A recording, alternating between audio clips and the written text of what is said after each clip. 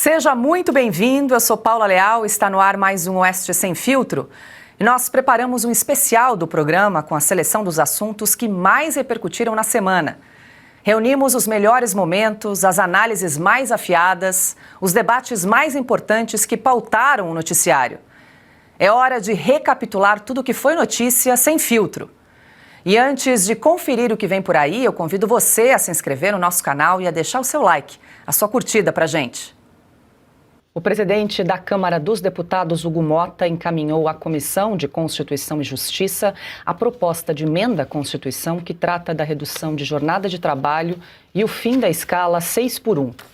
A medida reúne propostas apresentadas por parlamentares e marca o início da tramitação do tema na Câmara.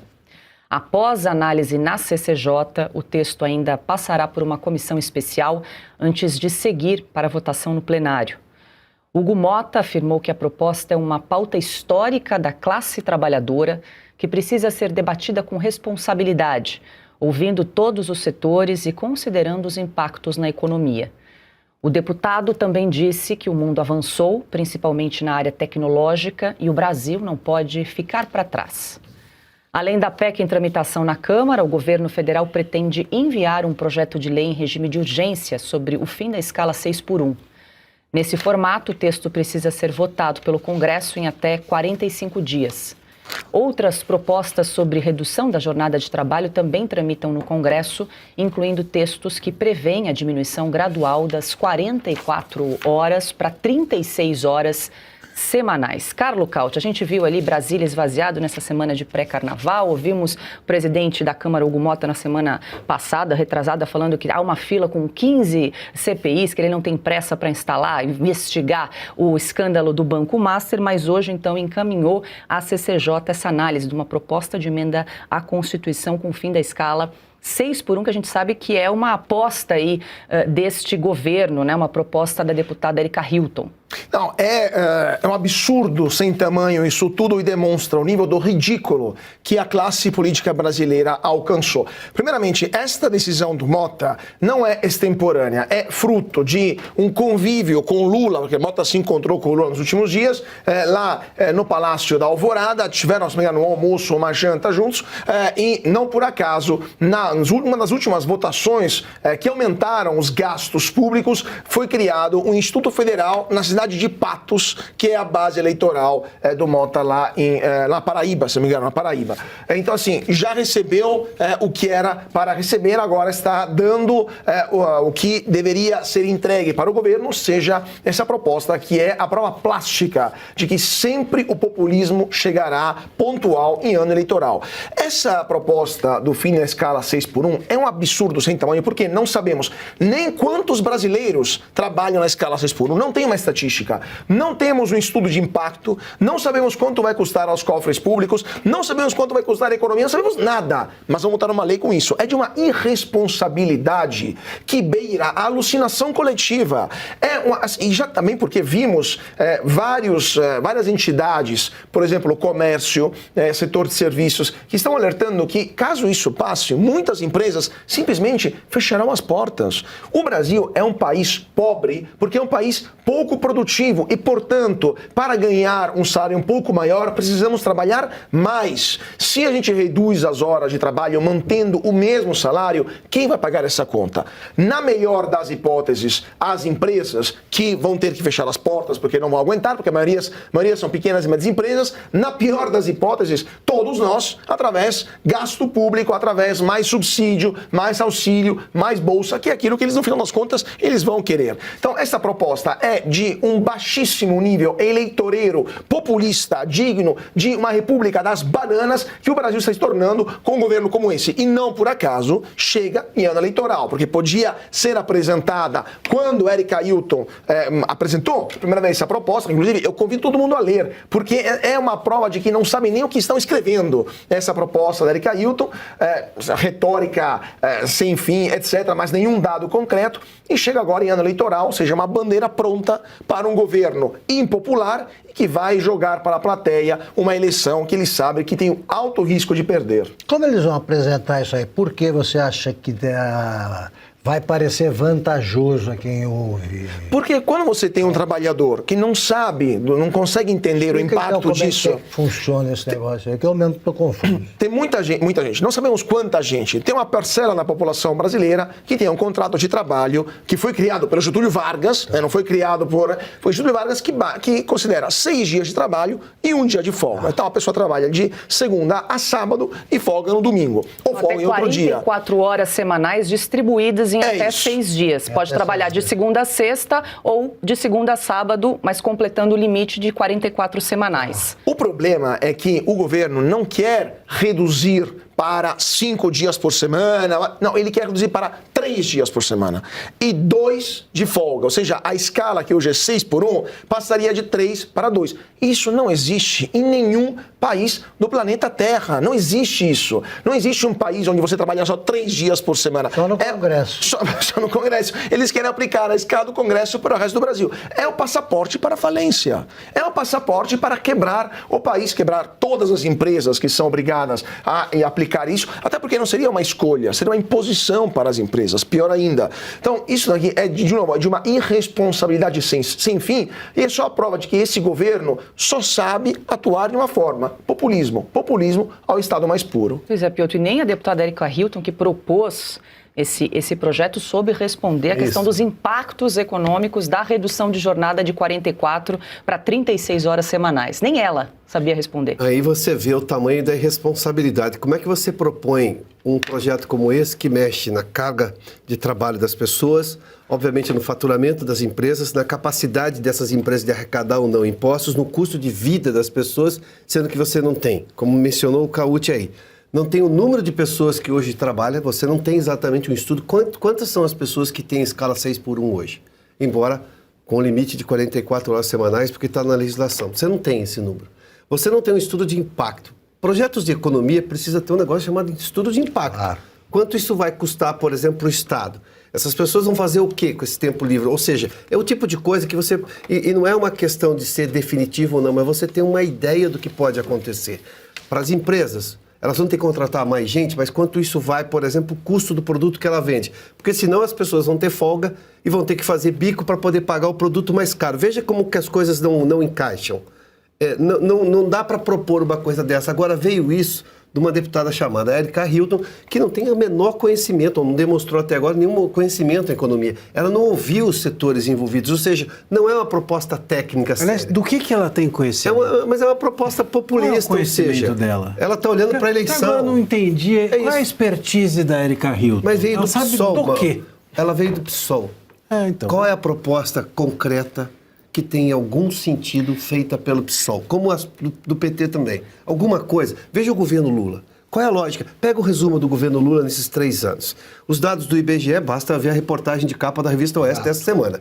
Esses dados alimentam, esses dados são usados como base para você decidir investimento no ano seguinte. Se o PIB cresceu, você investe mais. Se o PIB não cresceu, você... Ou seja, aí você tem uma série de outras coisas, de empresas que vão vir para o Brasil, olha para o tamanho do PIB. Se ele é de verdade... Bom, aquilo se concretiza. Se aquilo não é de verdade, ou se aquilo foi inflado por algumas outras questões, vão obviamente interferir lá na frente. Você tem o problema do PIB. Você tem um país que está endividado cada vez mais por decisão do governo que não tem nenhuma preocupação se vai haver Brasil amanhã, porque ele só pensa na eleição. Esse é o governo Lula. Quase 40 ministérios, nenhuma eficiência. E esses dados todos inflados para dizer que a economia está indo bem. O que a economia vai bem no país não depende do Lula. Foi feito ou nos governos anteriores ou muito tempo antes. Ou seja, não tem nada que venha desse governo que garante. E aí agora o Lula está encampando de novo essa ideia. E, bom, o Mota está indo junto, porque o Mota está com qualquer outro interesse que não realmente discutir o país. Agora, só para conectar com a pergunta do Augusto, por que essa pauta tem apelo popular? Porque o brasileiro pode pensar o seguinte, vamos imaginar um brasileiro que ganha R$5.000 para trabalhar 44 horas semanais.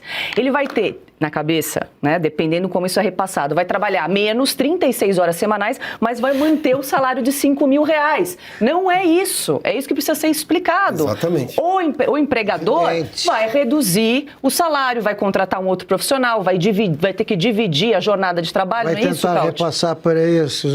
E vai custar mais caro, vai gerar inflação, porque vai ter que contratar mais gente, aumentar o custo. E adivinha só quem vai pagar mais os produtos? Aquele mesmo trabalhador que acha que fez um ótimo negócio negócio que, na verdade, vai ter o produto do dia a dia, do corte de cabelo até o supermercado, que vai custar mais caro. Então, assim, é um nível de cinismo que poucas vezes foi visto nessa república, porque essa imbecilidade é falada por pessoas que têm responsabilidade política. Esse que é o drama. Não temos um bando de irresponsáveis lá em Brasília que não entendem que, porque já compraram os eleitores com o Bolsa Família e hoje não funciona mais, agora devem comprar com mais alguma outra coisa. Isso foi usado em algum país, deu certo. O único caso que temos quase parecido foram as 35 horas na França, que foram aplicadas pelo governo socialista nos anos 90, e adivinha só, Augusto, a França se tornou o país entre os quais menos cresceram na Europa e entre as maiores taxas de desemprego da Europa. E a produtividade despencou. Então sabemos que dá errado e mesmo assim queremos fazer no Brasil. O Mota vai encaminhar essa PEC adiante sem o estudo de impacto. O estudo de impacto não foi feito. Ele não falou disso, ele falou que vai ouvir todos os setores envolvidos. Mas é mentira. E aí precisa ser dito. Isso é mentira. Porque o que acontece é que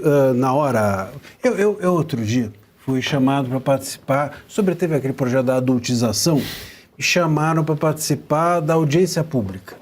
Aí quando chegou lá, eles mudaram o projeto. Eu falei assim, bom, então, mas a audiência pública é para a gente comentar, os especialistas iam comentar um projeto que eles tinham mudado. Como é que eu vou comentar se um projeto já é outro? Então, assim, é um negócio impressionante como eles não levam a sério ouvir ninguém. A questão é que precisa ter um estudo antes de ouvir alguém, porque você vai ouvir alguém sobre o estudo. Se você vai ouvir alguém sem o estudo na mão, não adianta nada. Como é que você pode alterar nesse lugar? Vamos simplificar as coisas. Se vem da Erika Hilton, tá errado. Tá errado. Ela é uma referência, mano. É uma referência, só fala bobagem o tempo todo.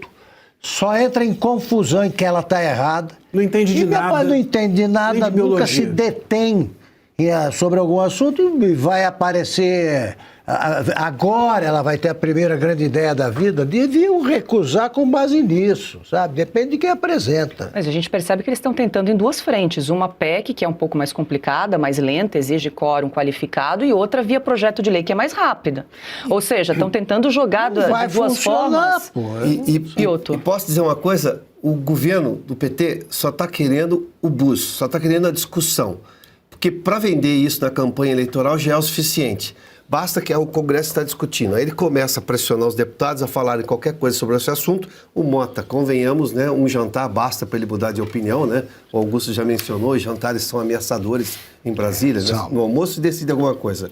E aí ele coloca esse negócio, pressiona a oposição a ser favorável, porque senão você vai perder voto, ou seja, entra aquelas coisas do populismo. Para ele basta entrar em discussão.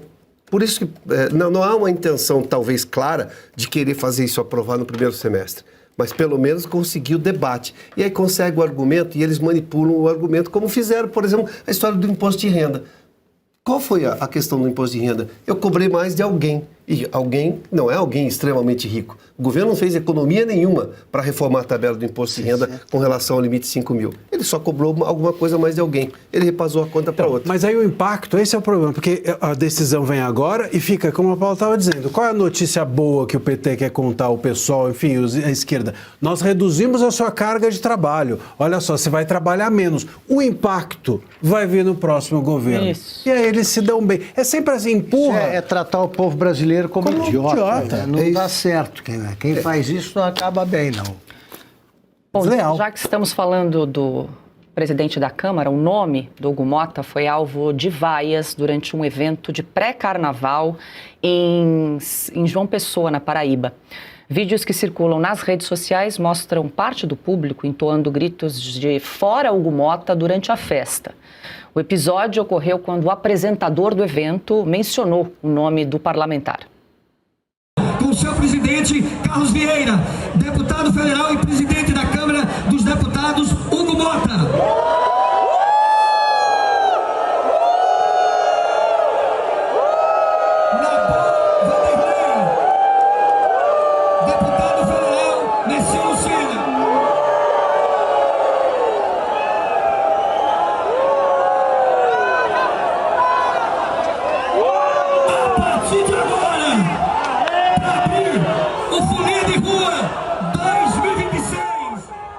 Não é bom sinal, Augusto. Olha, eu já vi milhares de coisas semelhantes. Eu nunca vi alguém ser vaiado num clima de carnaval chegando, e ausente. Nunca vi. Porque a vaia foi feita para humilhar pessoas, né? Eu acho um bom instrumento. Você está lá, ele ouve uma vaia, ele fica mais esperto. Mas ele nem estava lá. Então imagino que a popularidade dele não vá bem. E para isso, não precisa de almoço nem jantar, não. Basta esse filme. Esse vídeo. Agora, a pessoa que estava falando estava vestida de... Era carnaval, pré-carnaval, Cília. Clima de carnaval, um alegria, evento carnavalesco. Mas era em João de palhaço Pessoa. que estava vestido? Ah, não faz Parecia. pergunta difícil. Porque, enfim, é incrível, é uma pessoa... Tem ainda essa cereja que do a ideia bolo. de citar um sujeito que ele acha que é popular, Vestido de palhaço. Pronto, deu no que deu. Pois é, porque tem alguns palhaços que não precisam de fantasia. Carlos Cautz, algum comentário adicional? Não, do isso presidente demonstra da que- Câmara? O nome do presidente não estava presente nesse pré-carnaval em João Pessoa, que é a capital do estado dele. Você falou de Patos. É duro. Se A até Paraíba. o nome leva essa vaia, imagina a pessoa física, o que levaria. Sorte dele que não estava no local, né? Mas se o presidente da Câmara, que está tentando desesperadamente injetar recursos no seu estado para garantir o seu futuro político da sua família, é vaiado desta forma, quando ele não está, quer dizer que na sua base eleitoral tem sérios problemas. Mas o PT para tudo tem solução. No candidatar a Marina Silva aqui em São Paulo, provavelmente teremos mais um candidato aqui em São Paulo para tentar ganhar mais um carguinho, mais um assento lá na Câmara dos O Deputados. pessoal está dizendo aqui no chat que era o Rei Momo que estava ali apresentando o Mota. Então imagina a cena, Augusto. Então uma pessoa chega ausente, é apresentada pelo Rei Momo e vaiado. Mas o Rei Momo te apresenta e você é vaiado. Mas dessa essa maneira. vaia há uma visão que eu acho já ultrapassada, que o Nordeste está sempre ligado ao PT, ou associados ao PT. Eu acho que é um Tá incômodo mudando. muito grande. É. Isso, porque é um evento que não tem nada a ver, ou seja, tem gente, digamos, de todas as, teoricamente, matizes políticas ali. Não, essa vaia é uma vaia, assim, que saiu de dentro, o sujeito não aguenta mais o que ele está vendo. E bateu no Mota. E o Mota hoje, convenhamos, é a cara do Lula. Ele ganhou essa... É do governo. É isso, é o cara do governo, de alguma maneira. E é incrível porque, assim, a única coisa, né? O Mota, a gente sabe, o Mota é parceiro do Lula. Sim. O Mota, ele é parceiro do STF. O Mota, ele é parceiro de tudo aquilo que anda mal. Inclusive da bebida, né? Porque o Mota também... Temos essa foto, Temos a a produção famosa resgatou foto do Mota essa lá. famosa Cadê? foto. Aí, ó, o Mota. Hugo Mota, Ah lá. acompanhado de uma garrafa de uísque. É de gente experiente. no assunto. Essa aí, sabe, esse certamente não é a primeira vez, né? Ele é reincidente aí. Couro ali... Pois é é, pra postura impressionar o Lula. da terceira carga do Esse é o Estado sendo decoro do quarto presidente cargo do da Estado. Para impressionar o Não, Lula. Calcinha, esse é o terceiro. Terceiro, verdade, o terceiro. Saiu o Lula, olha para essa fala, opa, calma aí, Opa, companheiro, esse tá cara pegando merece- pesado. Merece ser presidente da Câmara. Do sindicato. É. Agora, o que o Mota não entende, ou parece que não entende, é que mesmo com todas essas parcerias, na eleição ele precisa do povo. E o povo não está mais sendo enganado com a facilidade que antigamente era. Mas essa imagem... É um negócio muito impressionante. Nas pesquisas, agora, pesquisas vão fazer sempre a ressalva, né? Podem estar erradas e tal, pode não coincidir com o resultado eleitoral, não se aproximar e tal, mas neste momento, essas pesquisas são suficientes para medir a popularidade dos possíveis candidatos. Eu fiquei muito impressionado por notar que o PT, candidatos ligados ao PT, que serão apoiados pelo PT, estão bem no Piauí, e tem um outro estado do Nordeste, que é Pernambuco, mas ali, no caso, o mais popular dos políticos é do PSB, é um aliado. O PT tradicionalmente tinha candidatos fortes para o Senado, candidatos ao Senado e, por consequência até disso, da Câmara. Não está assim, não. Não está assim, não.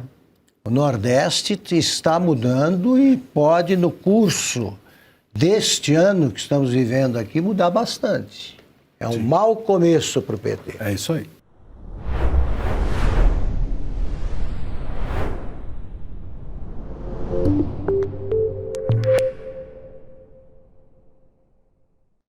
Já imaginou como seria levantar da cama, colocar os pés no chão e não sentir aquele corpo travado? Imagine subir uma escada ou caminhar pelo parque sem aquela dor chata que parece te segurar todos os dias. É possível se ver livre disso agora. O que eu tenho para te apresentar hoje não é milagre, é ciência e tecnologia. Estamos fazendo um lançamento especial do Cúrcuma White. Você já deve ter ouvido falar da cúrcuma amarela, mas o que a Vita Gold trouxe para o Brasil é um nível completamente novo de tratamento. A cúrcuma White é 7 vezes mais potente que a cúrcuma comum. Ela conta com uma fórmula 100% natural, desenvolvida com o que há de mais moderno para cuidar da sua saúde. Ela não só combate a dor e a inflamação, como ajuda na regeneração dos seus tecidos e é a união perfeita entre o poder da natureza e o rigor da ciência.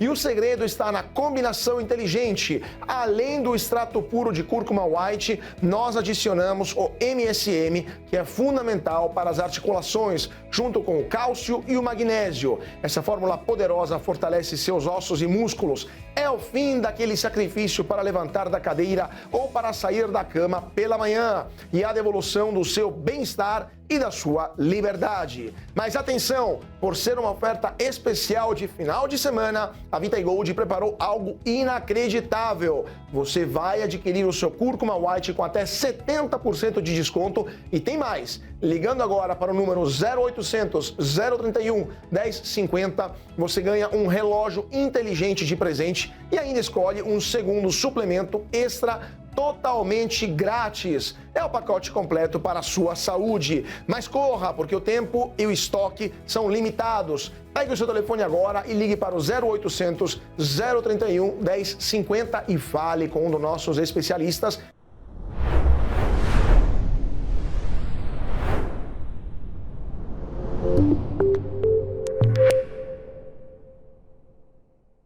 Durante a comemoração de 46 anos do PT em Salvador, o presidente Lula afirmou que a eleição deste ano será uma guerra.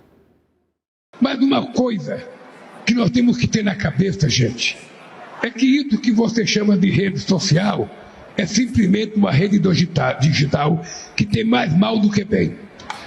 Vocês sabem disso. E nós precisamos desmontar. Nós temos que escrachar cada mentira que eles contarem. Então você tem que mandar o cara que fez a notícia para aquele lugar. Não tem essa mais de Lulinha, paz e amor. Essa eleição vai ser uma guerra. Piotr, você fez menção no comentário anterior ao Lulinha Paz e Amor, que nunca existiu, mas agora ele está mais raivoso do que nunca, dizendo que vai aposentar o Lulinha Paz e Amor e vai para a guerra nessa eleição. Esse é o único Lula que existe, raivoso. Raivoso. Não existe outro Lula. Lula nunca existiu.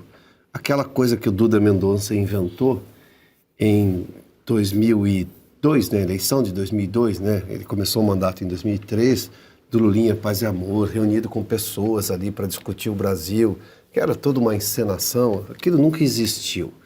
Assim como o primeiro mandato, o sucesso tese do primeiro mandato dele também não é dele, foi do Palocci, que seguiu o receituário econômico do governo Fernando Henrique Cardoso e foi ainda mais duro. E no segundo mandato foi a China crescendo 15%. O mundo inteiro cresceu.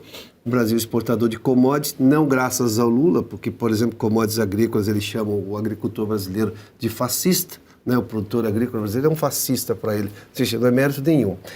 O Lula, a única coisa boa que a gente está vendo é que caiu a máscara de vez, ele abandonou a máscara, ele vai ser esse Lula raivoso.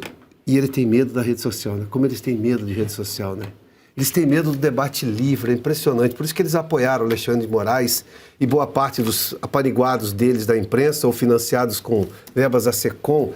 Estamos salvando a democracia. Era só calar a direita e os conservadores ou quem pensava diferente, qualquer coisa. Bom, foi exatamente esse Supremo anabolizado que gerou o caso do Banco Master, né? Com o juiz podendo julgar, a corte podendo julgar casos de esposas de ministros e tudo mais. Esse Lula raivoso é de verdade e ele é extremamente perigoso para o Brasil. Sempre foi. Bom, basta ver o resultado do governo dele. É um farsante, né? É um farsante que mente o tempo todo. O tempo todo. E ele tem os farsantes que ele formou, como, por exemplo, o Fernando Haddad. Ele fala com aparente convicção que até agora estão lutando contra a herança maldita a versão era a herança maldita do Fernando Henrique, agora então do Bolsonaro é um pouco pior. E até agora estamos lutando, pegamos um país destruído, mas como é que um sujeito fala essas coisas, depois chega em casa, conversa normalmente com os filhos? Quer dizer, você tem que deformar teus filhos também, mulher, porque senão não dá para viver. Não dá para você mentir tanto e voltar para casa e encontrar pessoas normais. É só a única explicação que eu encontro. E aí até ajuda essa solidão que eles se impuseram aí de tanta malandragem, maracutaia em que se meteram. Porque senão não é possível. Como o Bolsonaro deixou eles dão números facilmente desmentíveis. Eles acham que o povo vai entrar nessa, vai acreditar que o Lula salvou o Brasil do Fernando Henrique, agora salva, não precisou salvar da Dilma, a Dilma estava ótima, salva do Temer, salva do Bolsonaro. Como é que pode acreditar com tanta convicção aparente que o povo é idiota? Aliás, tem aquela brincadeira, verdade ou consequência, não é? Que se você não fala a verdade, você sofre uma consequência. Em geral, na rodinha de amigos universitários, pessoa que não fala a verdade bebe alguma coisa. Eu fiquei imaginando o Lula com os filhos, de repente fazendo essa brincadeira. O Lula com a Janja, os filhos, verdade ou consequência? E quem erra bebe alguma coisa. Talvez isso explique, aliás, muito da fama do Lula, até mesmo com a bebida. Agora, e do comportamento dos filhos. Comportamento dos filhos. Agora, a voz do Lula, tem uma notícia ruim e uma boa, né? A ruim é que a voz dele está cada vez mais insuportável. É impressionante, né? E a notícia boa é que está cada vez mais incompreensível. Então a gente também não entende muito o que ele fala, o que é uma dádiva, bálsamo. A gente está estudando colocar legenda a cada declaração do presidente para ajudar a auxiliar a nossa audiência. Não, no português correto. Eu preciso só trazer aqui mais uma outra declaração do presidente Lula durante esse evento em Salvador. Ele cobrou que a militância petista busque o apoio dos evangélicos. Sem apresentar dados, Lula então alegou que 90% dos evangélicos recebem recursos governamentais. Gente, o que é o povo evangélico? Que tanta gente fala que os evangélicos votam, não votam. Porque o que é que nós fazemos? O que é que nós fazemos? 90% dos evangélicos recebem os benefícios do governo. 90%. Então o que nós precisamos não é esperar que um pastor fale bem de nós. Nós temos que ir lá. Bom, e a TV Aratu da Bahia, o presidente Lula falou sobre o veto ao PL da dosimetria, que reduz penas aos condenados pelo 8 de janeiro. Na declaração, ele comparou Jair Bolsonaro, citado como um dos presos pela suposta trama golpista, a um cachorro louco. Você acha que se você tiver um cachorro louco preso e você soltar ele vai estar mais manso? No caso, o cachorro louco seriam aqueles que atacaram... Ele vai morder alguém. O que é que nós temos? Esse cidadão tentou destruir a democracia brasileira. Esse cidadão, sabe, que foi condenado a 27 anos e 3 meses de cadeia, esse cidadão tinha um plano para matar o Lula, para matar o Alckmin e para matar o Alexandre de Moraes. Deu tudo no inquérito da Polícia Federal. Então esse cidadão, e não foi ninguém da oposição que denunciou, foram os comparsas deles que delataram ele. Isso está nos documentos, está no telefone, isso está nas delações.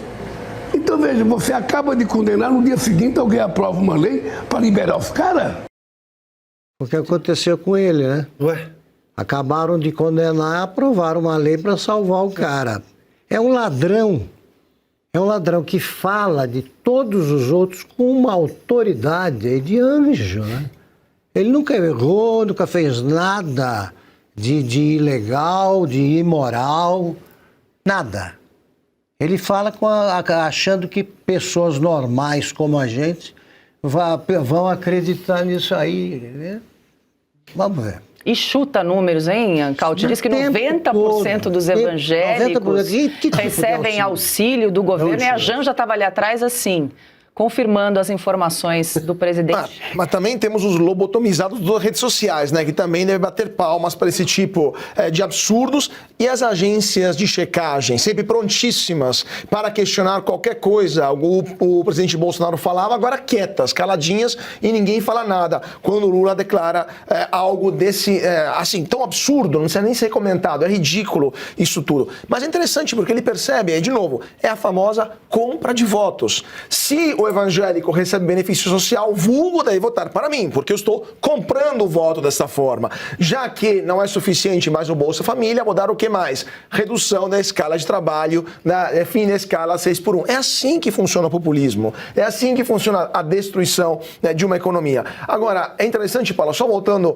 à frase do Lula em relação a quem critica o governo, basicamente o Lula está incentivando a hostilizar qualquer pessoa que faça uma crítica ao governo Lula. Eu queria lembrar que em 2017, no dia 13 de junho de 2017, uma jornalista da Globo que estava cobrindo a Lava Jato, naquele momento estava viajando de um avião de Brasília para São Paulo e foi hostilizada no avião por um grupo de petistas. Silêncio tombal por parte do PT. É isso que queremos voltar a ver? Jornalistas que indicam que provavelmente tem alguma coisa que o governo tem que explicar, no caso do Banco Master, ou que esse sigilo sobre até mesmo a festa de posse do Lula em 23 é imoral, ou sobre os gastos da Janja com cartão, que é um absurdo, que estão sob sigilo. Jornalistas que apontam essas questões devem ser hostilizados nas redes sociais. E quanto tempo demorará para que essa hostilidade se transforme na vida real também? Faremos o quê? Queremos fazer uma caça às bruxas contra os críticos? É o primeiro passo para a ditadura. Começar a hostilizar os críticos e depois, eventualmente, mandar alguém prendê-los, né? O Couch faz menção a esse trecho da fala do presidente, que ele diz o seguinte: alguém deu uma notícia contra o governo? Eu deletei. Deletou não, você tem que mandar o cara que fez a notícia para aquele lugar. Esse é o nível do presidente. Esse é o Lula de verdade. Esse é o Lula de verdade. Aí teve uma parte aí do Brasil que comprou na universidade. Sem marqueteiro.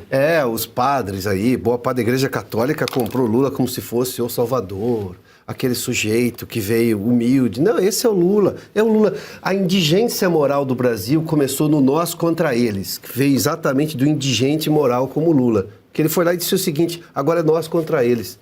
Que nós contra eles que existia no Brasil antes do Lula? Começou ali essa separação, essa polarização violenta que se tem hoje no país. Ele fala, por exemplo, né, a história do sigilo que o Couch mencionou. Ele prometeu na campanha dele, no debate, inclusive, que ia acabar com o sigilo. É o governo que mais emitiu medidas de sigilo. O Couch citou, por exemplo, das contas da Janja. É claro que a Janja vai concordar. O Augusto mencionou como é que ele chega em casa e conversa com a agenda. Com a Janja.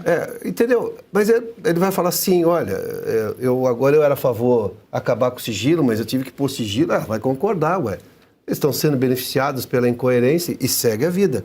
Nós estamos falando, mas esse é o Lula, é exatamente o Lula, sempre foi isso.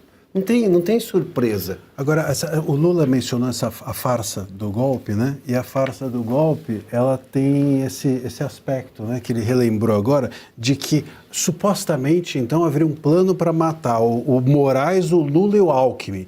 Veja, isso já é o batom na cueca, né? A mão amarela. Porque uma pessoa que pretende dar um golpe no país e acha que para isso precisa matar o Alckmin... Realmente não quer está ser no preso país. Por idiotia.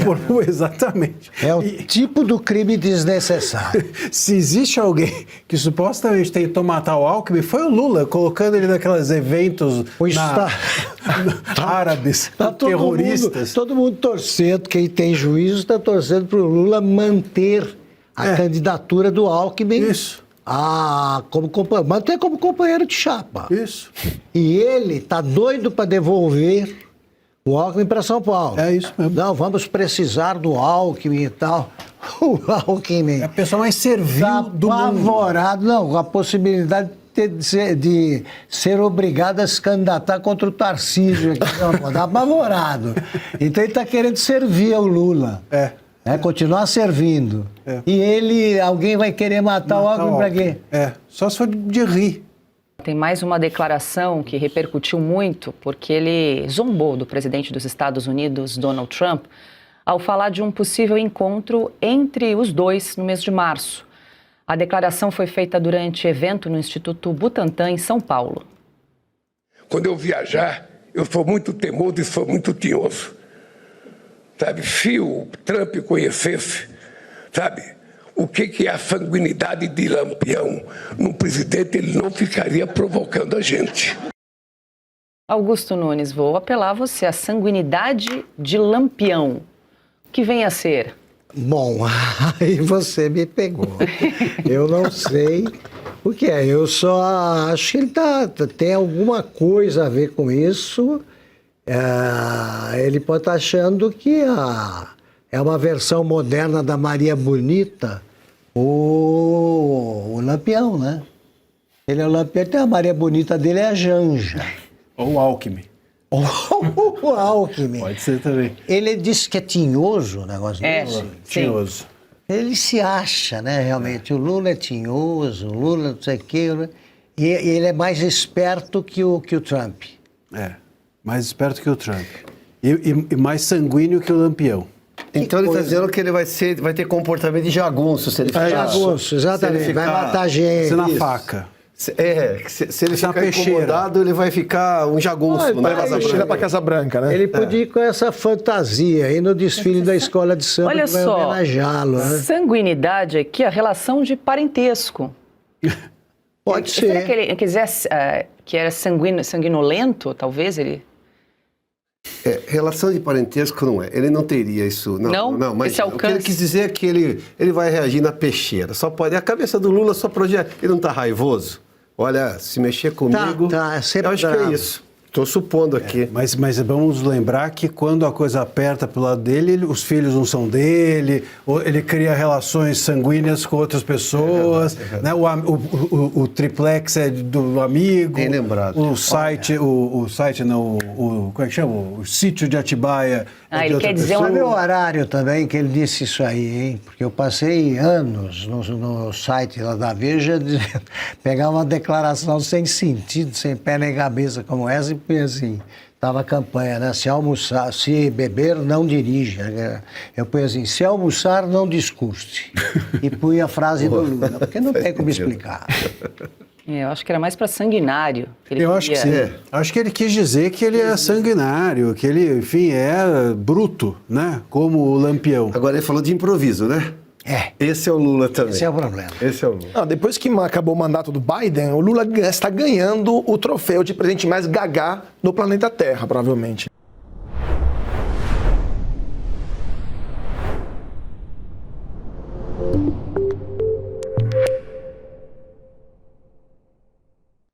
Já imaginou como seria levantar da cama, colocar os pés no chão e não sentir aquele corpo travado?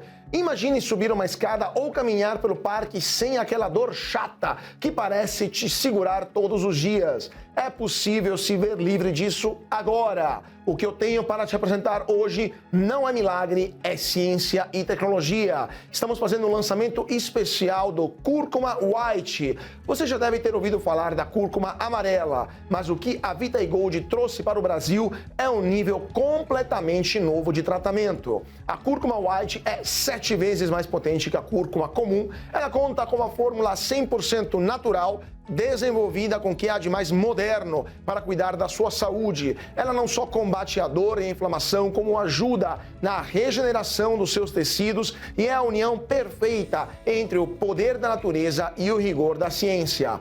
E o segredo está na combinação inteligente. Além do extrato puro de cúrcuma white, nós adicionamos o MSM, que é fundamental para as articulações, junto com o cálcio e o magnésio. Essa fórmula poderosa fortalece seus ossos e músculos, É o fim daquele sacrifício para levantar da cadeira ou para sair da cama pela manhã e a devolução do seu bem-estar e da sua liberdade. Mas atenção, por ser uma oferta especial de final de semana, a Vita Gold preparou algo inacreditável. Você vai adquirir o seu Cúrcuma White com até 70% de desconto e tem mais. Ligando agora para o número 0800 031 1050, você ganha um relógio inteligente de presente e ainda escolhe um segundo suplemento extra totalmente grátis. É o pacote completo para a sua saúde. Mas corra, porque o tempo e o estoque são limitados. Pegue o seu telefone agora e ligue para o 0800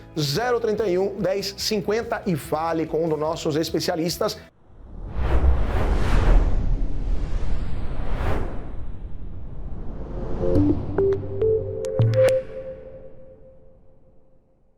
O presidente da Assembleia Nacional venezuelana, o Jorge Rodríguez, afirmou que não haverá eleições no país enquanto o processo de estabilização for considerado necessário.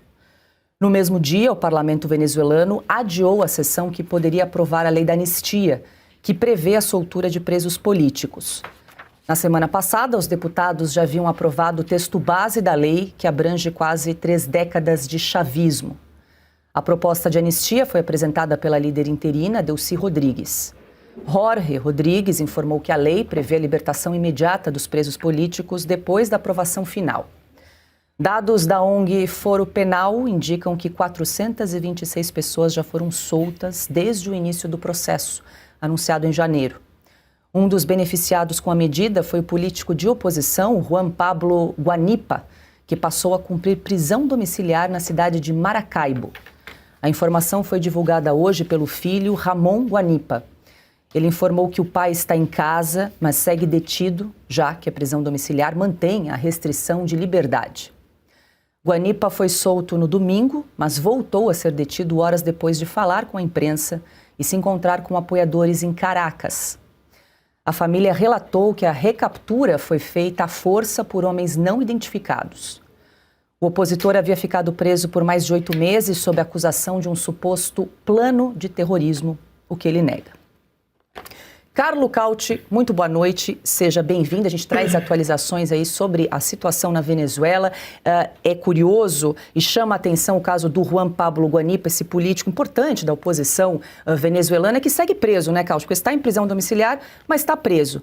E é curioso porque ele foi libertado no último domingo, detido horas depois de conversar com a imprensa e agora está em prisão domiciliar. O que a gente pode, como é que a gente pode interpretar esse gesto, né, Cauti, nesse momento tão importante, tão delicado pelo qual passa a Venezuela, nesse momento de transição? Boa noite. Boa noite, Paula. Boa noite, mestre Augusto. Boa noite, doutor Marcília. Boa noite ao nosso público. É o medo do regime venezuelano de perder o poder, porque eles sabem que caso na Venezuela se volte a votar de forma livre e auditável, ou seja, com observadores internacionais, o governo, o atual regime, a ditadura que ainda persiste, perderá imediatamente o poder. Agora, eles não têm muito o que fazer, porque a Constituição venezuelana, que eles mesmos aprovaram, que o próprio chavismo aprovou, prevê que em casos como esse, ou seja, de ausência ou impossibilidade de governar por parte do presidente, eles têm 90 dias para convocar as eleições. Então, não tem muito onde escapar. Eles têm até março e depois eles vão ter que decidir. Ou eles convocam essas eleições, na verdade seria um mês, né, mas eles podem prorrogar até 90 dias. Ou eles convocam essas... E o Maduro foi capturado no final do ano passado, começo desse ano, né? Foi logo em janeiro, se não me salva a memória, se me falha a memória. Então não tem muito mais tempo para onde escapar. Ou eles declaram que a Constituição não vale mais, mas aí eles estariam delegitimando o próprio regime, ou eles convocam eleições, mas a que condições?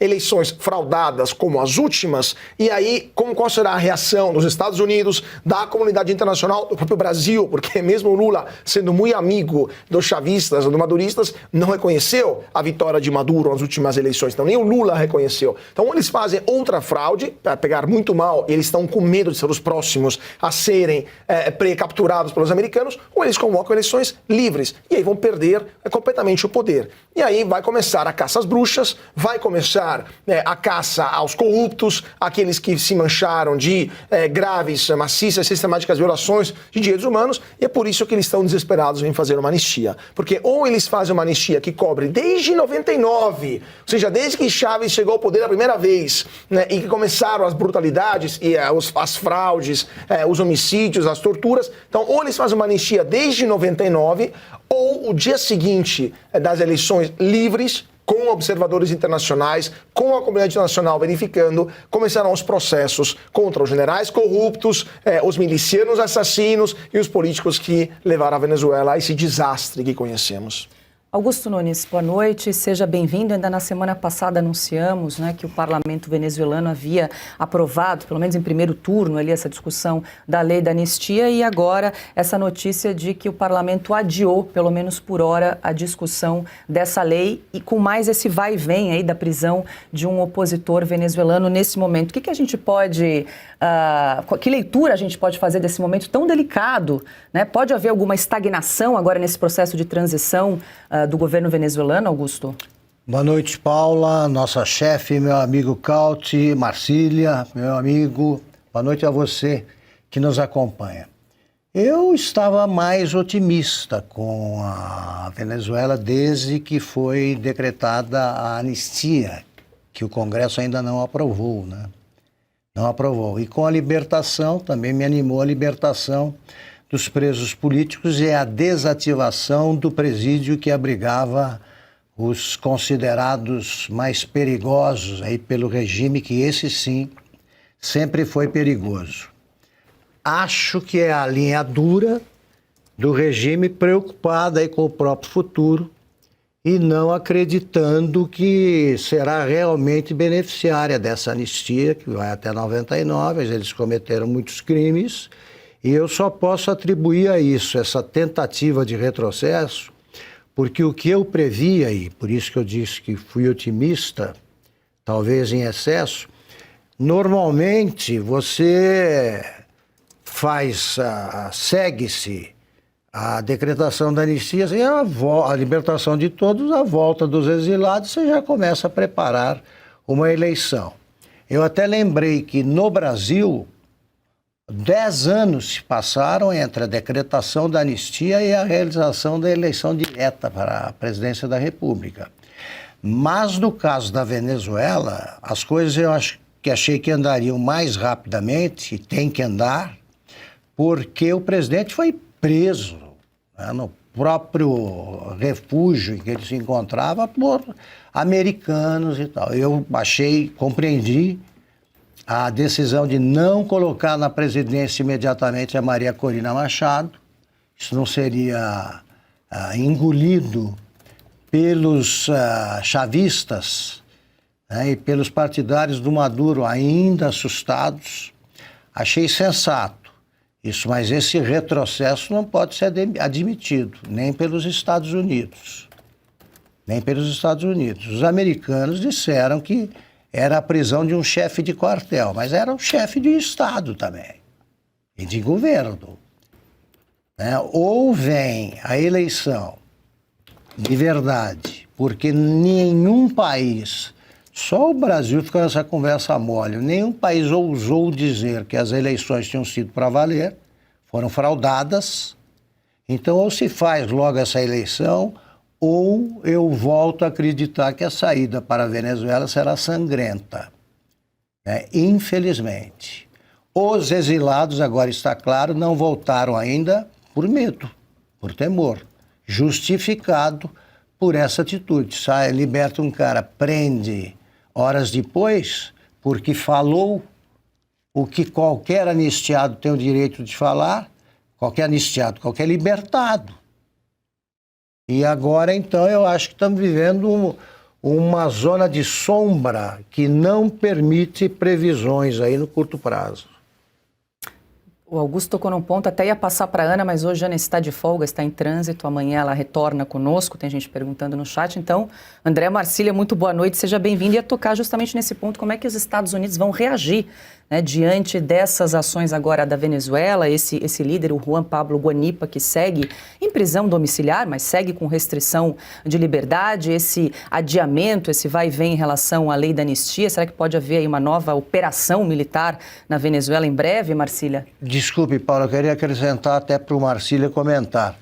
Já houve consequências, né? Os Estados Unidos já andaram um pouco naquele negócio de controlar o petróleo, os negócios sobre o petróleo. Então, os Estados Unidos agora é tarde para qualquer recuo. Pois é, pode ter retaliações, enfim. Como é que o governo vai encarar aí esses retrocessos da Venezuela? Boa noite. Boa noite. Boa noite, Paula, Caute, Augusto, toda a audiência. Você sabe que tinha o Antônio Cândido, aquele livro Formação da Literatura Brasileira, ele dizia que de uma corrente literária para outra, ele dizia que o que ficava no meio era como um jardim de cemitério. Existia ali margarida, rosa, de tudo, de tudo. E aí, para você assentar-se para a próxima corrente, no caso dele, na próxima corrente literária, você precisava de um jardineiro. Eu acho que aqui, fazendo a comparação com o período político, a gente precisa de um jardineiro ali na Venezuela.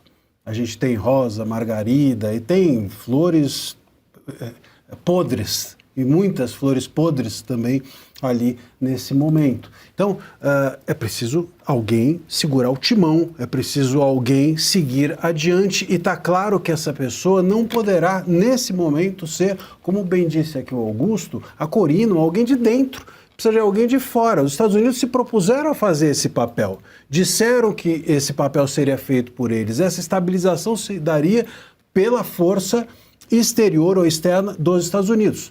Pois é a hora justamente disso acontecer. Até porque, nesse momento, se há um receio dos militares, daqueles que cometeram crimes, de uma retaliação, bom, também há receio daqueles, com certeza, de que querem eleições livres, das eleições livres não serem um trampolim para um golpismo futuro. Porque se colocam um governo legítimo, até quanto tempo ele dura? Qual é a estabilidade ou o reconhecimento, a legitimidade que as pessoas no entorno ali do poder propiciarão a esse novo regime? Ou ainda que um regime livre, escolhido pelo povo, etc. Então, quer dizer, nenhuma escolha, boa ou má, parará de pé nesse momento se não tiver um jardineiro. E aí cabe aos Estados Unidos fazer esse papel. Creio que esse papel, o acreditava, e aí eu me filio ao otimismo do Augusto, também acreditei que nós estávamos no início de medidas cada vez mais democráticas dentro da Venezuela.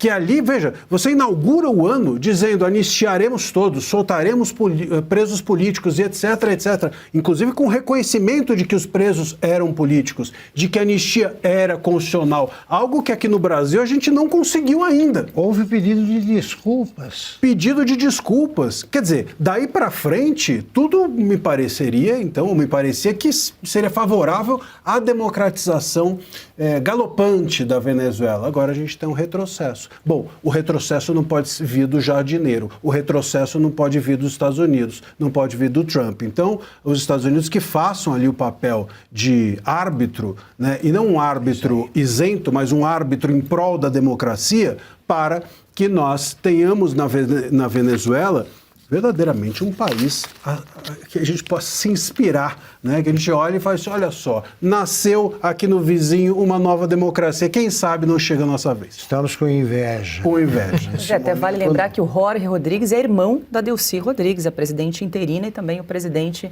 do Congresso que tomou essa decisão aí de adiar a avaliação, enfim, a votação do projeto de lei da anistia. Caute, quer complementar? Foi ele que pediu desculpas, então? Foi ele. Mas o ponto é justamente esse, porque isso tudo é tudo verdade. O problema é, a Delcy e o Jorge Rodrigues estão respondendo àquilo que os americanos mandam, ou seja, deixar as empresas petrolíferas americanas atuarem, começar a libertar o processo político, preparar a anistia e, eventualmente, novas eleições. Mas dentro da Venezuela tem muita gente que não concorda. É a linha dura, entre outros. Mas, por exemplo, os chefes das milícias ou os generais que simplesmente toparam, ou seja, que cometeram crimes comuns e não políticos e que vão ser processados quando a Venezuela se voltará ao normal, essa turma não está muito feliz de ver uma mudança de regime. Gente com poder ainda. E gente com poder e com armas. E provavelmente eles ainda controlam esses bandos de milicianos que sequestraram o deputado da oposição, porque era uma paisana, etc., justamente para dar um sinal. Não concordamos com esta abertura. E provavelmente esta foi a razão pela qual o Jorge Rodríguez disse, não teremos eleições até a estabilização. Mas é muito provável que aquilo que Augusto estava falando, o desfecho disso tudo será sangrento, uma guerra civil dentro do madurismo, dentro do chavismo, entre quem quer a abertura ou é obrigado à abertura, porque senão os americanos vão lá e capturam também a Delcy Rodrigues e todo mundo, e quem, os generais, os milicianos que não querem a abertura, vão se opor a armas em punho, né? E a defesa do ex-presidente Jair Bolsonaro informou que vai apresentar um novo pedido de prisão domiciliar. A informação foi divulgada por um dos filhos, Carlos Bolsonaro. O pedido de domiciliar tem como base laudos médicos produzidos pela Polícia Federal e pelo médico assistente de Jair Bolsonaro. Os documentos registram a existência de comorbidades consideradas relevantes. A defesa sugere que as condições de saúde justificam o cumprimento da pena fora do sistema prisional. A solicitação será encaminhada ao Supremo Tribunal Federal. E a gente lembra que o processo está sob relatoria do ministro Alexandre de Moraes, que será então responsável por analisar, Marcília, mais esse pedido. Na semana passada falamos do laudo que foi realizado pela Polícia Federal, que não contribui muito aí para a concessão da prisão domiciliar, porque segundo ali os médicos que avaliaram Jair Bolsonaro, ele teria condições de permanecer na Papudinha, onde ele está preso no momento, com algumas adaptações. Eles fizeram ali algumas exigências ou recomendações, melhor dizendo, mas que na visão deles, Bolsonaro poderia permanecer preso. Segundo os médicos da Polícia Federal, Bolsonaro podia correr a São Silvestre e tá tudo certo, né? Pular o carnaval, não tem problema nenhum com Bolsonaro, né? Segundo os médicos da Polícia Federal, que inclusive são invioláveis. Descobrimos alguém inviolável nesse país. A gente tinha na Constituição a palavra dos parlamentares, que era inviolável, segundo o artigo 53, agora invioláveis são os médicos. Afinal de contas, o Moraes não permitiu nem que o Conselho Federal de Medicina abrisse sindicância contra quem? Contra esses médicos aí da Polícia Federal que deram esse laudo. Então, o Moraes não permite que esses médicos sejam sequer questionados. Aí fica difícil, né? Como é que você vai chegar à conclusão de que deve conceder a prisão domiciliar para o Bolsonaro se os médicos da Polícia Federal acham que está tudo bem? Se os médicos da Polícia Federal não podem ser questionados pelos médicos do Conselho Federal de Medicina? Se o Moraes quer mandar no Conselho Federal de Medicina que quer investigar os médicos da Polícia Federal? Quer dizer, é óbvio que a gente ali não terá nenhum refresco, ninguém conseguirá chegar a uma conclusão técnica com tanta pressão feita pelo poder da caneta do ministro Moraes. Então, a gente fica aqui diante da possibilidade de que a defesa faça exatamente esse tipo de trabalho, que é político, não é jurídico. Você ficar fazendo 25 pedidos não é uma atitude jurídica, porque pedir uma vez, se você tem do outro lado uma pessoa com capacidade cognitiva intacta, e a sua também você pediu uma vez, pronto, acabou. Mas a gente não está nesse terreno, a gente está no terreno político. Faz um pedido, ignora-se o pedido. Faz um pedido, o médico da Polícia Federal trata aquilo, provavelmente, vamos ver, potencialmente, vamos dizer, de uma forma política. Faz outro pedido, o Moraes impede que faz outro, e assim vai.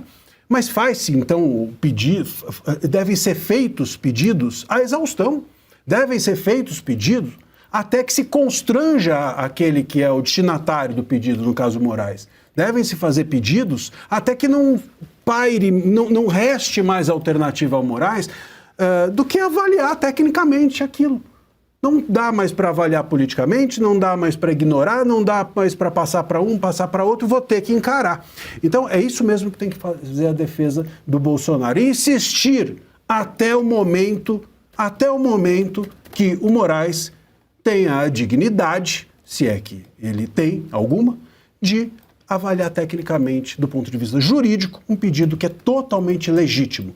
Vale a gente dizer, mais uma vez, prisão domiciliar humanitária pressupõe, como é óbvio, humanidade. Uma pessoa que está com claras doenças, né? Enfrentando um câncer, pessoa idosa, uma pessoa com soluços que inclusive podem levá-lo a óbito, se em algum momento, inclusive durante a noite, né? E a Polícia Federal que já mostrou ali na Papudinha, na Superintendência, onde for, que os cuidados médicos não são suficientes, não são adequados, até porque o próprio Bolsonaro já caiu e teve problemas com isso. Então, quer dizer, a gente está diante aqui de uma defesa que tem que insistir até o ministro Moraes cumprir a lei. Ponto. Mas como um gesto político, né? Todos esses como um gesto político. De prisão. Não basta. Se o presidente Bolsonaro tem problemas de saúde, eles não serão resolvidos. Agora, então, tente continuar pedindo. Sim, o próprio laudo registrou... Nada muda, então Augusto, tem que continuar. 7 doenças crônicas. Exato. No ex-presidente. E a questão das quedas, inclusive consta no laudo que é necessário uma investigação, porque só há hipóteses por conta das quedas, né? A tontura e o fato de ele já ter caído na superintendência da Polícia Federal. Isso é uma grande preocupação. Não se sabe se é a interação medicamentosa, né? Se é decorrência ali dos soluços, enfim, precisa ser mais investigado. E ele está sozinho na cela nesse momento. O Adélio, que não tinha problemas desse tipo, nenhum, ficou no hospital lá, porque ele seria maluco, né? Um maluco mais lúcido, que eu já vi pela maneira pela qual ele preparou o atentado e executou, né?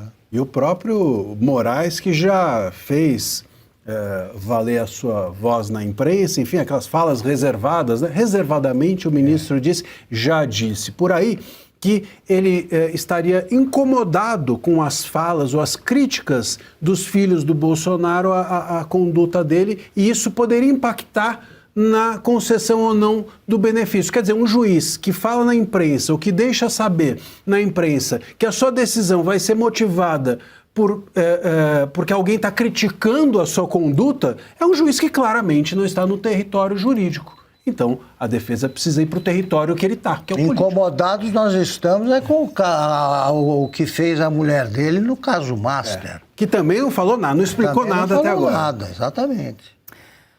Bom, e ainda falando do ex-presidente, o senador general Hamilton Mourão criticou o julgamento do Superior Tribunal Militar, que pode resultar na perda da patente do ex-presidente Jair Bolsonaro e de outros 4 militares. Mourão classificou o processo como extremamente desgastante e o associou a injustiças ocorridas no processo conduzido ilegalmente pelo STF. Segundo o senador, o julgamento afeta oficiais que dedicaram suas vidas ao Exército e à nação.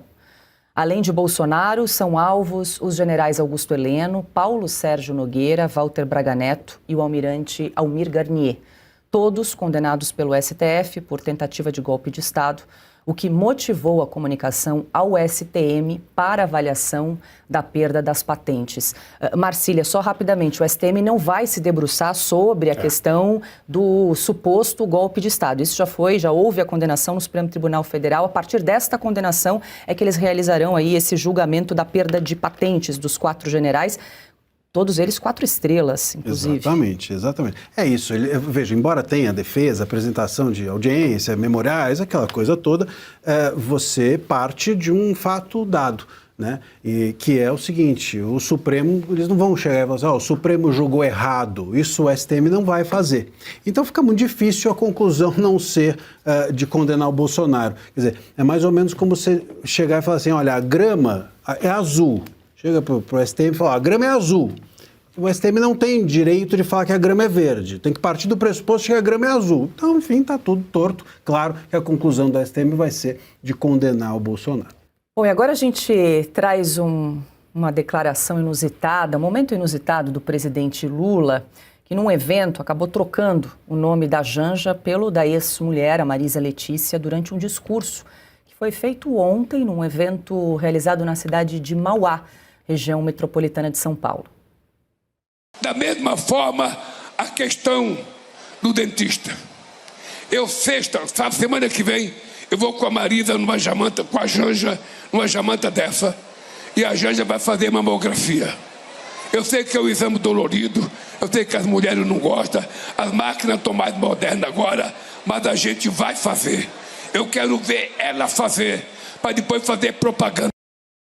Não sei se a Janja estava na plateia, estava ali atrás, porque ela acompanha o presidente com alguma frequência, mas que a gente sabe que a Marisa Letícia morreu em 2017, né, Cauti, aos 66 anos. Não, mas esta e mais outras frases e falas do Lula demonstram que o presidente não está bem. O presidente não está em 100% das suas capacidades físicas e mentais. Ao longo desse discurso, ele também usou termos chulos, usou frases de baixo calão que não são adequadas para um chefe de Estado e de governo do Brasil. Então, é claro que o presidente Lula vinha já de declarações ameaçadoras contra jornalistas ou críticos ao governo, basicamente incitando a militância a agredir verbalmente ou, quiçá, até fisicamente os críticos. Então, é claro que Lula não não é a pessoa adequada para governar o Brasil, muito menos por mais 4 anos, por uma questão, sim, biológica. O Lula já tem 80 anos e claramente não tem a plena função, pleno comando, pleno controle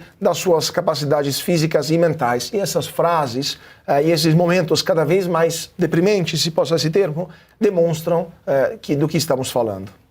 Você acha que ele dormiu no sofá essa noite, Augusto? Eu acho, sem a menor dúvida. Se eu conheço a Janja, pelo que se vê, ele andou falando também em exame da próstata, tá esquisito. Agora, ainda bem que ele não falou da Rosemary, né? Ele foi trocado pela segunda dama. Aí sim ele não ia dormir nem no sofá. Não ia sobrar nem o sofá para ele, Marcília. Olha, eu acho que o Lula, tanto de besteira, de termos chulos que ele usou, eu acho que ele é o contrário, eu acho que ele está normal. Né? Bem não está quem votou nele. Eu acho que aí é o Lula previsível. Esse é o Lula de sempre. Agora, esse negócio de trocar o nome da mulher é um negócio realmente para dormir no sofá. Eu só queria que as pessoas normais, né, que trocam, às vezes, por algum engano, o nome da mulher, tivesse tanto de gente que saiu em defesa do Lula. Não, ele está com fadiga, ele teve um problema, ele estava cansado. Tropa, né? O Lindeberg, o Randolph, toda aquela tropa saiu em defesa. Eu queria que... Mas tem tesão de 30. Tesão de 30, exatamente. E eu queria que esse povo todo passasse pano para todo mundo que trocasse o nome da mulher. Pensou que maravilha, saísse uma tropa dessa para resolver o problema? O Randolph saiu em defesa? Achei que ele estivesse ocupado, inaugurando refeitórios pelo Brasil.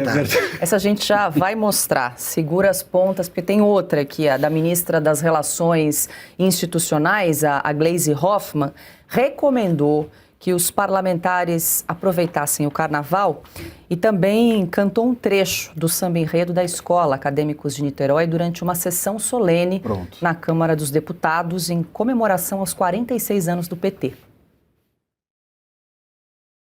A gente está recuperando esse vídeo, calma, Augusto Nunes, respire.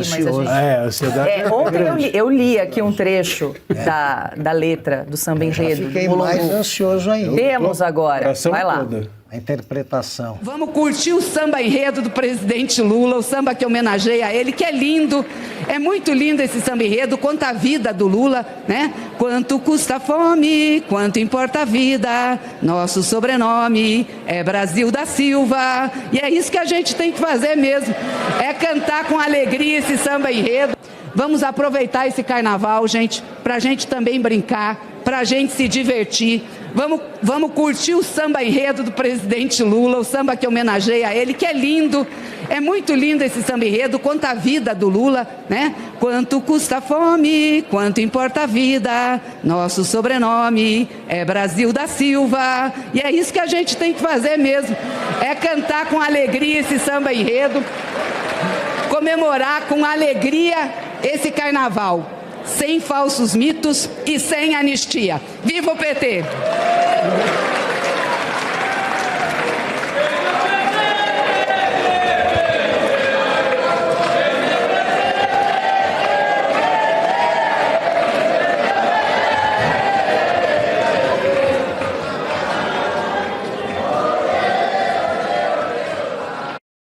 Falsos mitos e sem anistia também consta na letra do samba. Primeiro eu quero ver eles decorarem a letra, ela é gigantesca. Gigantesca, ela declarou esse pedacinho. Segundo, eu sugiro que eles façam um ensaio, não precisa chamar o pessoal da escola não, vem a turma da Gleisi, com essa graça, esse gingado que ela demonstrou, e ensaia na Paulista. Isso. Ensaia na Paulista, com essa fala de fome, Lula, né? A fome passou, Lula resolveu tudo, importa é a vida e tal. Tenta aqui, faça um teste de popularidade. Acho que o PT vai ficar sem quórum por 1 ano se fizer isso. E a gente lembra que a agremiação recebeu R$1 milhão da Embratur, que é chefiada pelo Marcelo Freixo. É isso aí. Augusto. Agora, pô, eu achei que a gente estava livre, quando eu achei que a gente ia ficar livre do Barroso, das cantorias do Barroso, aí a gente é obrigado agora a encarar a Glaze. Eu senti nesse momento um pouco de saudade dos sambas do Barroso, quando ele cantava...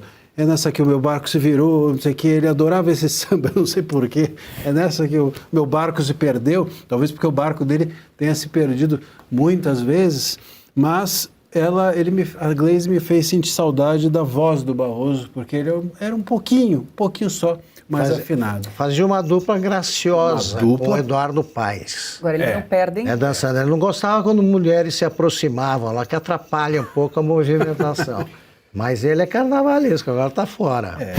Caute, agora não perdem uma oportunidade de fazer propaganda antecipada, subiu na tribuna de vermelho e ainda cantou um trechinho. Ostensivo, né? Brasil da Silva ali, do samba enredo do Lula. Imagina se uma escola de samba quisesse homenagear o governo Bolsonaro em ano eleitoral, recebendo dinheiro público e com uma deputada, um deputado subindo no palanque cantando o sambinha. O que o TSE teria feito? Na melhor das hipóteses, teria chamado os enfermeiros, né, a neuro, para tirar essa pessoa de lá, porque claramente não está bem. Na pior, teria chamado para a gente qualquer tipo de polícia para prender todo mundo e declarado inelegível por 50 anos qualquer pessoa envolvida com isso, né? Mas, obviamente, na escola de samba tem 1 milhão de razões para criar uma marchinha e homenagear o governo, porque recebeu uma tonelada de dinheiro público, milhões de reais que foram desenvolvidos, foram devolvidos não só para ela, mas para todas as escolas de samba do Rio, porque senão era feio dar dinheiro só para aquela que homenageava o Lula, mas isso tudo demonstra que o Brasil é uma bulimia de absurdos, né, com o PT no comando, mas mais absurdo ainda é essa turma que fica se descascando as mãos, aplaudindo uma deputada que deveria fazer o seu trabalho, ao invés de cantar marchinha de carnaval lá no púlpito da Câmara dos Deputados, marchinhas, por sinal, escritas com partes anatômicas não particularmente nobres, né, considerando aquilo que a gente ouviu lá. Então, enfim, é isso. É de um ridículo tamanho que só é superado pelas frases do Lula durante comícios. Diga, Marcília. Inclusive, a rima, né? Salvo engano, aqui era Vida e Silva, né? Que não é rima, né? Não rima. É por isso. É uma rima pobre, né? É uma rima toante, salvo engano. Se eu ainda me lembro dessas épocas da letras, que eu fiz letras também. Vida, isso é uma rima pobre, até nisso, né? Talvez porque eles estão falando da fome, a rima é pobre. Agora, eu acho que o TSE e o TCU não se preocuparam, porque talvez eles tenham uma ala aí nessa escola de samba. Porque, veja, o TSE, ele faz parte, com certeza, e uma bela parte das vitórias do Lula se devem à postura ou à conduta do TSE. Vamos nos lembrar que em 22 a Justiça Eleitoral impediu que nós relacionássemos o Lula com o Maduro. Hoje o Lula só falta sentar no colo do Maduro. O TSE, por exemplo, ele achou legítimo, entendeu como legítimo o Bolsonaro ser chamado pelo Lula durante a propaganda eleitoral de genocida. No entanto, o Lula, quando chamado de ladrão, foi tido como um crime, né? E retiraram as publicidades ou propagandas eleitorais nesse sentido. O próprio TCU achou normal o Lula pegar 12 milhões do dinheiro público e entregar para a escola de samba. Achou que tá tudo bem, isso não é um problema das contas públicas. Ele pode entregar tranquilamente às escolas de samba porque a finalidade é super legítima. Então, eu acho que o TSE e o TCU talvez possam ter um carro alegórico aí no desfile do Lula. Bom, agora sim, chegamos no ponto alto do programa para contar que o senador Randolfo Rodrigues, do PT do Amapá, inaugurou 4 refeitórios para animais feitos de cano de PVC no município de Santana, no estado do Amapá. A ação foi divulgada como entrega de obra e repercutiu nas redes sociais.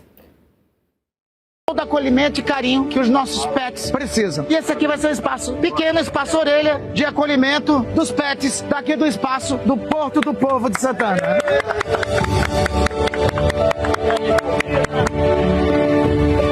Tudo prontinho para recebê-los.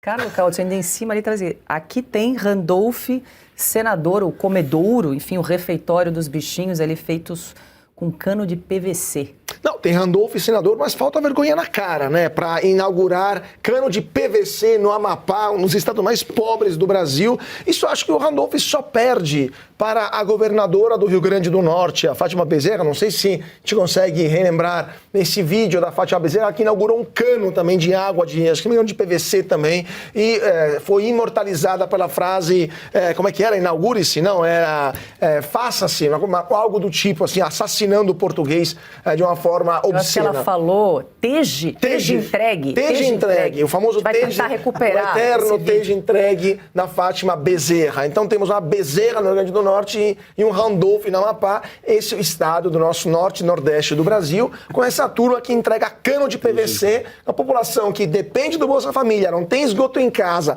maiores índices de homicídio do Brasil, né, de analfabetismo, claramente, e depois elege essa turma aí. Nossa, produção, rapidamente, Augusto, deixa só para embasar aqui, ilustrar a fala do Cautz, esse vídeo da Fátima Bezerra, a governadora do Rio Grande do Norte. 5, 4, 3, 2, 1. Esteja entregue! Abraça aí também.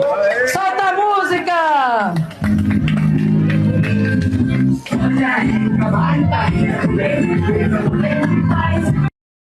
Não, e assim, são os famosos cérebros desabitados que compõem a classe política, parte da classe política brasileira, e que depois a gente vê nesses momentos de hilários. São momentos hilários, né? São, assim, é ridículo isso tudo, mas demonstra a qualidade humana que temos lá em Brasília. Pois é, Augusto. Pode ver, posso ver outra vez? O cão? É o do refeitório? Cachorro. Refeitório do refeitório cachorro. A gente exibe mais uma vez, claro, essa inauguração. Todo acolhimento e carinho que os nossos pets precisam. E esse aqui vai ser um espaço pequeno, espaço orelha de acolhimento dos pets daqui do espaço do Porto do Povo de Santana.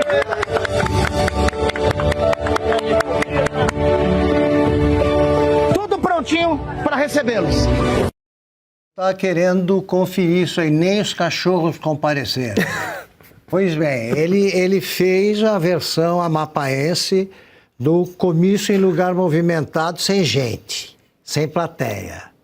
Não tinha ninguém assistindo, ouvindo a voz de Castrato, né, que nos atormenta de tempos em tempos, e nem os beneficiários compareceram. Porque o latido é mais suportável que a voz do nosso senador, que vai ser derrotado. Parece que vai disputar esse ano mais um mandato. Então vai ter que contar com votos de cachorro e não terá. É isso aí. Randolph que saiu da rede. Agora a outra inaugurou o quê? Aquele que esteja entregue o quê? A água? Não, eles prometeram picanha e cerveja, está entregando cano de PVC para depois de 4 anos, né? É isso, a gestão do PT. Agora, era o que era mesmo? Aquilo era uma faixa? Eu acho que ela estava inaugurando a faixa. A faixa. A própria faixa. Teja entregue. Será que esse povo fala tejo dito, em vez de tenho dito? É uma coisa realmente incrível. E muito bem observado, o Augusto, que os cachorros não compareceram. Eu fico pensando, se a voz... Porque essa voz do Randolph realmente sempre parece que ela está num volume, segundo, sabe, acelerado. Parece que está acelerado. É a voz de Castrato. Não sei se é a voz, não sei se a comida é ruim, não sei se o fato deles sequer pintaram o cano de PVC, não se deram o trabalho de pintar, dar uma disfarçada no tubo ali. 5 pessoas inaugurando um negócio desse, sem cachorro, sem nada, eles topam qualquer negócio. O Lula inaugurou várias vezes pedra fundamental, nunca vi isso aí. Inaugurar pedra fundamental é demais. O Lula faz, então por que não? Brincar com o voto do cachorro. A placa em cima ali do tubo deve ser mais cara do que o tubo de PVC que eles vai acusar o Bolsonaro de não ter permitido a abertura dos canis. Por isso ele foi preso, por isso ele vai perder a eleição. E o Randolph precisa renovar, sim, o mandato que termina agora. Olha a chance que tem o povo do Amapá de contribuir aí para o desenvolvimento da política brasileira. Bom, e um estudo do Instituto dos Advogados de São Paulo mostra que os ministros do STF decidem sozinhos em cerca de 85% dos casos. Entre os anos de 2010 e 2025, foram registradas aproximadamente 1.440.000 decisões monocráticas. Essas decisões individuais são usadas para dar rapidez ao andamento dos processos. A Ordem dos Advogados do Brasil e o próprio IASP cobram mudanças no modelo e sugerem o fim do chamado monocratismo. O levantamento indica que o ministro Alexandre de Moraes foi o que mais tomou decisões sozinho nos últimos 5 anos. A pesquisa também registra que, em muitos casos, essas decisões individuais encerraram o mérito do processo, Cauti. Ou seja, quando o tema foi levado ao colegiado, as decisões monocráticas individuais acabaram sendo confirmadas, né? Seguindo a esteira ali do espírito de corpo, né? Acho que os ministros não querem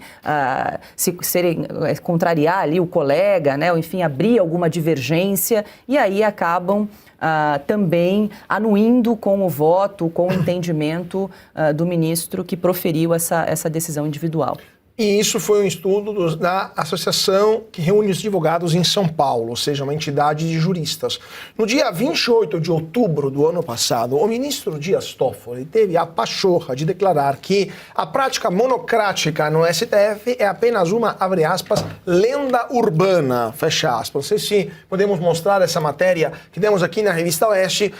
Toffoli falou isso aqui, essa matéria que publicamos no dia 28 de outubro, agora chega 4 meses depois, basicamente, chega essa pesquisa, esse levantamento de juristas que demonstram que Toffoli, mais uma vez, estava mentindo de forma descarada. A mentira se tornou a companheira mais frequente de muitos ministros do Supremo, né? Quando dizem que é mentira, que não tem decisões monocráticas, quando dizem que eles não podem julgar em casos onde parentes atuam. Então, a mentira se tornou essa constante no Supremo Tribunal Federal. Só que isso desmoraliza o Supremo, porque credibilidade faz rima com seriedade. E um Supremo Tribunal Federal que se comporta dessa forma pouco séria, porque no final das contas é isso. Quando um ministro como Dias Toffoli, em uma canetada, anula uma multa de 10 bilhões de reais contra a Odebrecht e outros 10 bilhões de reais contra a JF, que é dona da JBS, em ambos os casos a esposa é sócia do escritório que está advogando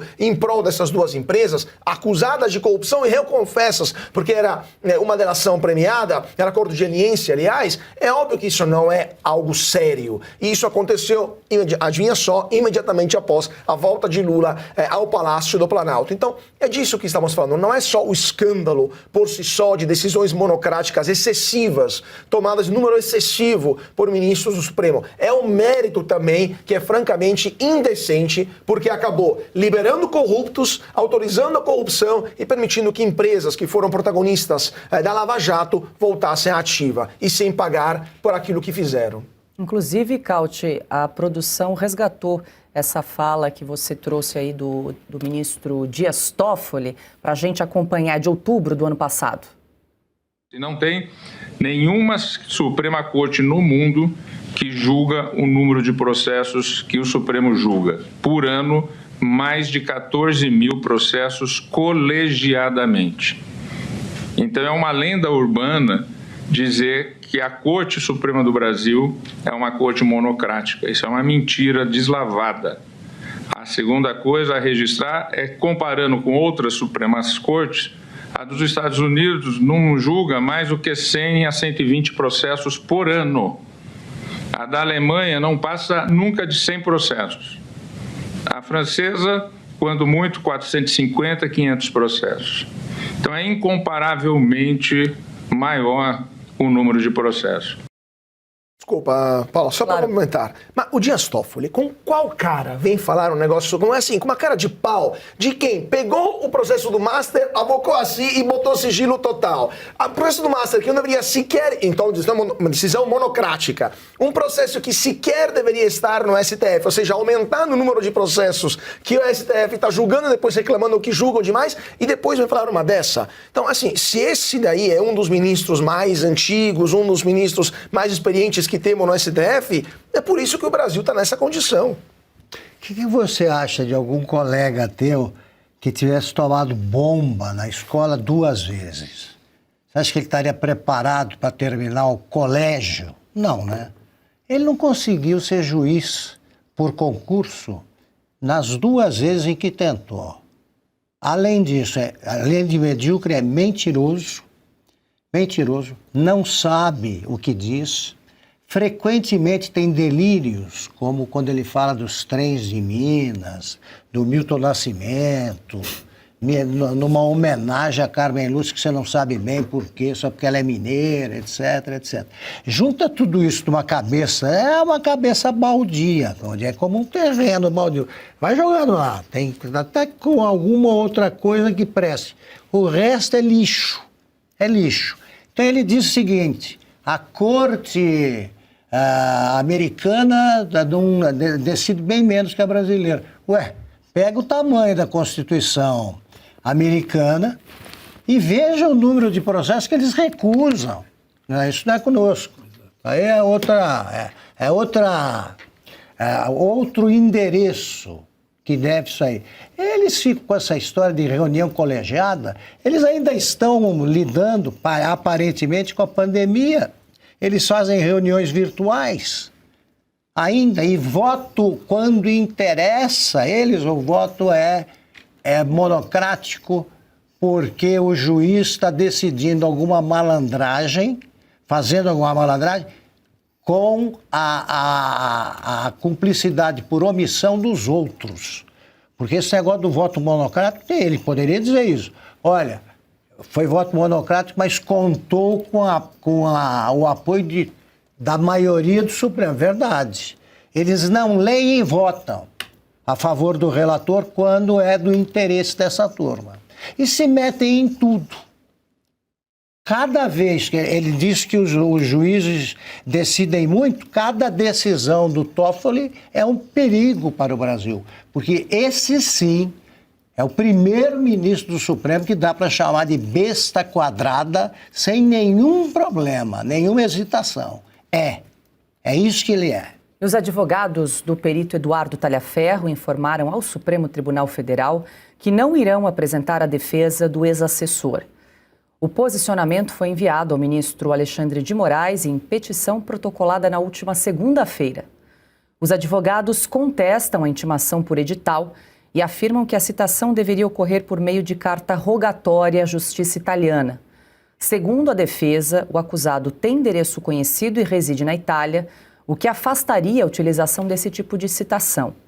No documento, os advogados se recusam a cumprir qualquer função que implique dar ciência informal ao réu sobre a denúncia. Eles também citam o Código de Ética da OAB e afirmam que a norma impõe dever de resistência diante de atos considerados ilegais. A defesa alega que a citação por edital é medida excepcional e que só deve ocorrer quando o paradeiro do réu é desconhecido. Segundo os advogados, no caso de Talhaferro, o endereço é certo e de conhecimento da Corte. Marcília, já tratamos desse caso aqui, falamos inclusive sobre possibilidade de citação por carta rogatória, já que ele mora na Itália e tem o endereço certo. Agora, sobre essa estratégia da defesa dos advogados de não responderem à citação, o que acontece? Qual é o próximo passo? Eu entendo ali que eles não querem responder por conta dessa citação feita dessa forma, né, por edital. Mas há algum outro mecanismo jurídico onde eles possam formalizar essa irregularidade, essa ilegalidade no caso do cliente, para que eles não percam prazo, ou para que eles não possam alegar ali que não responderam o prazo, ou enfim, que o Talhaferro não foi assistido pelos advogados? Bom, só para também deixar claro, como até foi explicado para a audiência, é isso, você, quando está fora do país, no lugar certo, sabido, é carta rogatória, acabou, né? Quando você não sabe onde a pessoa está, aí sim é edital. A gente já viu essa mesma ladainha feita pelo Moraes, no caso, inclusive, envolvendo o Eduardo Bolsonaro, né? Que ele fez uma confusão, que se está por edital, mesmo que houvesse endereço sabido, etc. Então, o Moraes, ele usa isso para tentar acelerar o processo, né? Para ele tentar dar efetividade ao processo. Ele quer o resultado, ele não quer fazer justiça. O que os advogados estão, nesse caso, fazendo é reconhecendo que nós estamos diante de um processo político, né? Então, não vai haver a resposta, não havendo a resposta porque não é o jeito correto, eles estão dizendo, olha, o Moraes não está certo, não é assim que se faz, não é dessa maneira que isso deve ser feito e vão deixar de apresentar a resposta. O que o Moraes vai fazer aqui é tocar adiante. Agora, eles sabem que o Moraes vai tocar adiante mesmo com a resposta. Quer dizer, se você está diante de um processo que você sabe que vai ter um resultado inalterável fazendo isso ou fazendo aquilo, bom, talvez então não importe a defesa. E isso é o que me parece que está sendo reconhecido aqui pelo próprio Talhaferro. Bom, pouco importa qual vai ser a defesa a ser apresentada, se eu vou responder no prazo ou não vou responder no prazo, porque um processo político, ele começa do fim para o início, ele começa do resultado e depois você vai encaixando as peças de trás para frente. E essa edição especial de Oeste Sem Filtro fica por aqui. Lembre-se de fazer a sua inscrição no canal da Revista Oeste, de ativar as notificações e deixar o seu like. Muito obrigada pela sua companhia e até a próxima.